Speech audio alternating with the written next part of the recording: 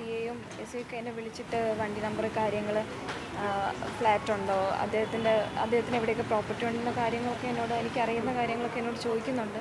അപ്പം എനിക്കറിയുന്ന കാര്യങ്ങളൊക്കെ പറഞ്ഞു. പോലീസ് ഊർജിതമായിട്ട് തന്നെയാണ് അന്വേഷിക്കുന്നത്. പോലീസിൻ്റെ ഭാഗത്തുനിന്നൊരു അഭാവം ഉണ്ടെന്ന് എനിക്ക് തോന്നുന്നില്ല. അവർ വളരെ നല്ല രീതിയിൽ തന്നെയാണ് അവരുടെ അന്വേഷണത്തിൽ. എനിക്ക് യാതൊരു പരാതിയില്ല. ഇന്നിപ്പോൾ ഡോക്ടറെ കണ്ടു.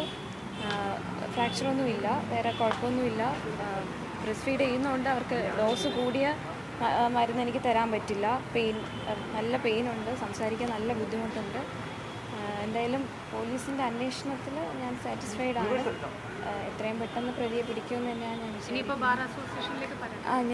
ഞാൻ ബാർ കൗൺസിലിന് ഇന്നലെ തന്നെ എൻ്റെ പരാതി ഞാൻ മെയിൽ അയച്ചിട്ടുണ്ടായിരുന്നു. സൈൻ ചെയ്തിട്ട് മെയിൽ അയച്ചിട്ടുണ്ടായിരുന്നു. അവരത് എല്ലാവരും ഹൈക്കോടതി നമ്മുടെ ബാർ കൗൺസിലായാലും സുപ്രീം കോർട്ടിൽ നിന്ന് വരെ എനിക്ക് വിളിച്ചിട്ട് എല്ലാ ഭാഗത്തും നല്ല സപ്പോർട്ടാണ്. നമ്മുടെ ബാർ അസോസിയേഷൻ ആയാലും എല്ലാ ഭാഗത്തും നല്ല സപ്പോർട്ട് തന്നെയാണ്.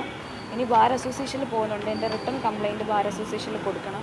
അപ്പോൾ അതിന് വേണ്ടിയിട്ട് എന്തായാലും നിയമ നടപടിയായിട്ട് മുന്നോട്ട് പോകാൻ തന്നെയാണ് തീരുമാനം. ഇപ്പോൾ കേരള സമൂഹത്തിൻ്റെ മുഴുവൻ പിന്തുണ ശാമിലിക്കുണ്ട്. അപ്പോൾ വനിതാ കമ്മീഷൻ അടക്കം ഇതിനകത്ത് ഇടപെടുകയും ചെയ്തു. അപ്പോൾ സർക്കാർ സംവിധാനങ്ങൾ ഇതിനകത്ത് ഏത് രീതിയിൽ ഇനി മുമ്പോട്ട് പോകണം എന്ന ശാമിലിക്ക് ആഗ്രഹമാണ്. അങ്ങനെ എന്തെങ്കിലും അഭിപ്രായം ഉണ്ടോ? ഇത് ഇപ്പോൾ നടക്കുന്ന ഇതിൽ എനിക്ക് യാതൊരു അഭിപ്രായ വ്യത്യാസമില്ല. വളരെ നല്ല രീതിയിൽ എല്ലാ ഭാഗത്തുനിന്നും പോലീസിൻ്റെ ആയാലും ഈ വനിതാ കമ്മീഷൻ ആയാലും ഞങ്ങളുടെ അസോസിയേഷൻ ആയാലും എല്ലാവരും നല്ല സപ്പോർട്ടീവായിട്ട് തന്നെയാണ്.